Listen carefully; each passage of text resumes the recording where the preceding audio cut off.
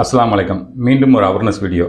யூடியூபரை பற்றி நம்ம ஏற்கனவே விளம்பரம் பண்ணியிருக்கோம். அதாவது பணம் வாங்கி ப்ரொமோட் பண்ணக்கூடிய யூடியூபர்ஸ். ஏன்னா புரிஞ்சுக்கணும், 2 வகையான யூடியூபர்ஸ் இருக்காங்க. ஒன்று செல்ஃபாக என்னைய மாதிரி செல்ஃபாக என்னுடைய ப்ராடக்டை சேல்ஸ் பண்ணுறக்குள்ள யூடியூபர்ஸ் இருக்காங்க.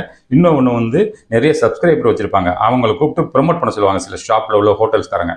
அவங்க பண்ணுறாங்களே அதில் தான் நிறைய நம்பகத்தன்மை இல்லாமல் இருக்கும். ஏன்னா அவங்க பணம் வாங்கிட்டு பண்ணுறதுனால அந்த ஹோட்டல்ஸ் ஷாப்பு பற்றி பொய் சொல்லுவாங்க நிறையா. அவங்க பணத்தை கலெக்ட் பண்ணிட்டு ஓடிடுவாங்க. கண்டிப்பாக ஓடிடுவாங்க. ஏன்னா இப்போ சமீபத்தில் நடந்தது. போன வருஷம் முடிஞ்சிட ஹஜ் பண்ண அப்போ ஒரு விளம்பரம் பண்ணியிருந்தாங்க. மதுரை வாடிப்பட்டி பக்கத்தில் ஆயிஷா ஆட்டு பண்ணேன். எங்ககிட்ட வந்து 8000 ரூபா கொடுத்தீங்கன்னா இன்ஷா அல்லாஹ் இந்த வருஷம் வர பெருநாள் இப்போ போயிடுச்சு. இந்த பெருநாளைக்கு நாங்கள் வந்து 16,000 மதிப்புள்ள ஆடு கொடுப்போம் விளம்பரம் பண்ணியிருந்தாங்க. இதை நம்பி நிறைய பணம் கட்டியிருந்தாங்க. என்ன காரணம்னா இதை ப்ரொமோட் பண்ணது ஒரு யூடியூபர் இன்ஃப்ளூன்சர் தான். அவங்க ஒரு ஃபீமேலு. அவங்க தான் 8000 ரூபாய்க்கு நீங்கள் வந்து காசு கொடுத்தீங்கன்னா இந்த வருஷம் அடுத்த வருஷம் 16,000 மதிப்புள்ள ஆடு கொடுப்பாங்க விளம்பரம் பண்ணாங்க. இதை நம்பி அவங்களுடைய ஃபாலோவர்ஸ் மட்டும் இல்லாமல் இந்த விளம்பரம் பார்த்தவங்க சொந்தம் வந்து எல்லாரும் காசு வசூல் பண்ணி அவங்கள்ட்ட கொடுத்தாங்க. கடைசியில் பெருநாள் தான் வந்துச்சு, ஆனால் ஆடு குர்பான் கொடுக்க முடியல.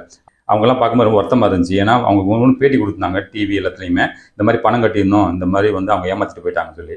இப்படி எப்படி தான் ஏமாத்துறான்னு தெரியல, மனசாட்சி இல்லாமல் ஏமாற்றிட்டு போயிடுறாங்க. ஒரு பெருநா காரியம், அதாவது அல்லாஹ்க்கு செய்ய வேண்டிய ஒரு கடமைக்கு உள்ள ஆடு கொடுக்கக்கூடிய குர்பானில் வந்து ஏமாத்துறாங்க, ஸ்கேம் பண்ணுறாங்க. இதுக்கு ஒரு யூடியூபர் இன்ஃப்ளூன்சர் ஒன்று இருக்காங்கன்னா இது எப்படி நம்ப முடியும் பாருங்கள். இதே இவங்க விளம்பரம் பண்ணாமல் இருந்தால் இந்த அளவுக்கு அவங்கள்ட்ட படம் சேர்ந்துருக்காது. கடைசியில் வந்து அவர் ஓடி போயிட்டாரு. இப்போ கடைசியில் அவங்க தண்ணியில் விளக்கம் கொடுக்காங்க. யார் அந்த யூடியூப் இன்ஃப்ளூன்சர் இருக்காங்கல்ல, அந்த ஃபீமேல், அவங்க வந்து விளக்கம் கொடுக்குறாங்க. பட் விளக்கம் கொடுக்குறாங்க என்ன பிரயோஜனம் இருக்குது? ஏன்னா ஏற்கனவே அவங்க வந்து விளம்பரம் போடுறதுக்கு பணம் வாங்கியிருப்பாங்கல்ல அவங்கள்ட்ட, அந்த பணம் என்னாச்சு? அப்போ அவங்க தான் ரெஸ்பான்சிபிள். இப்போ நான் விளம்பரம் பண்ணுறேன்னா என்னுடைய ஷாப்பில் உள்ள CCTV camera, TV, projector, home theatre, DTH இதுக்கெல்லாம் நான் தான் ரெஸ்பான்சிபிள். அது வாரண்டி கொடுக்க நான் தான். அது ஏதாவது பழுதானா நான் சரி பண்ணி கொடுக்கணும். எல்லாம் நான் தான் ரெஸ்பான்சிபிள். ஆனால் இன்ஃப்ளூன்சர் இருக்காங்கல்ல, இந்த பணம் வாங்கிட்டு பண்ணுறவங்க, அவங்க என்ன பண்ணுவாங்கன்னா இன்னொருத்தர் ப்ரொமோட் பண்ணிட்டு எஸ்கேப் ஆயிடுவாங்க. இப்போ ஹோட்டல்ஸ் மட்டும் இல்லை, ஹெல்த் சென்டர்லாம் பண்ணுறாங்க. பாடியை போய் செக்அப் பண்ணிக்கிறங்க, 6 மாதம் ஆகுதாக செக்அப் பண்ண சொல்லி ஒருத்தர் பண்ணுறாரு. மலேசியாவில் போய் பண்ணுறாரு. அதுவும் அவர் ஏன்டா சும்மா இருக்க உடம்பு போய் எடுத்துக்கணும்? அவன் நல்லா இருப்பான், ஆரோக்கியமாக இருக்கும்போது இதை மாதிரி செக் பண்ண வச்சுக்கேன். அவன் ஏதாவது குறை சொல்லுவான், அவனுக்கு அது இருக்குதுங்களா? தேவையே இல்லை. இந்த மாதிரிலாம் ஏமாத்துறாங்க. தயவுசெய்து இந்த மாதிரி சொல்கிறதையும் நம்பாதீங்க, நீங்கள் செய்யாதீங்க. அதேமாதிரி அவங்க சொல்கிற ஹோட்டலில் போய் சாப்பிடவும் செய்யாதீங்க. நீங்கள் மெயின் அவங்க சாப்பிட்றதுக்காக சூப்பராக அது கார்னிஷ் பண்ணி நல்லா ப்ரெசன்டேஷன் பண்ணி டேபிளில் வச்சுருப்பாங்க. அவங்க சாப்பிட்டுட்டு நல்லா வேறு லெவலாக இருக்கும், சூப்பராக ஓன்னு சொல்லுவாங்க. கடைசியில் நீங்கள் போய் சாப்பிட்டா அது பாடாவதி ஹோட்டலாக இருக்கும், மரண விலாச ஹோட்டலாக இருக்கும்.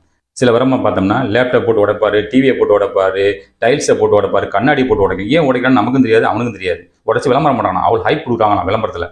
இதெல்லாம் ரொம்ப கேலிக்கூத்தாக இருக்குது இந்த விளம்பரங்கள்லாம் பார்க்கும்போது. காமெடியாக தான் இருக்குது உண்மையிலேயே. இன்னொன்று வருத்தமாக இருக்குது, ஏன்டா இப்படி பைத்தியக்காரத்தமாக நடந்துக்கானலாம் பார்க்க வேண்டிய சூழ்நிலை ஆகும் பார்க்குறாங்க. ஒரு பொருள் இருக்குது, இந்த பாருங்கள் இது நல்லா இருக்குது, இந்த மாதிரி சொன்னால் ஓகே, நோ ப்ராப்ளம். அதை விட்டு போட்டு உடச்சி காட்டல, என்னடா அதில் முக்கியத்துவம் இருக்குது? ஒன்றும் புரிய மாட்டேங்குது. அதனால் இந்த மாதிரி விளம்பரங்கள்லாம் அவாய்ட் பண்ணுங்கள், வாங்காதீங்க. அவங்கெல்லாம் வந்து நீங்கள் சப்ஸ்கிரைப் பண்ணி அன்சப்ஸ்கிரைப் பண்ணியிருக்காங்க அவங்களெல்லாம். நீங்கள் அதை பெஸ்ட்டு. ஆமாம், உங்களுக்கு எது ஃபேவரபுளாக பண்ணுறாங்களோ அவங்களுக்கு சப்ஸ்கிரைப் பண்ணி அவங்களுக்கு சப்போர்ட்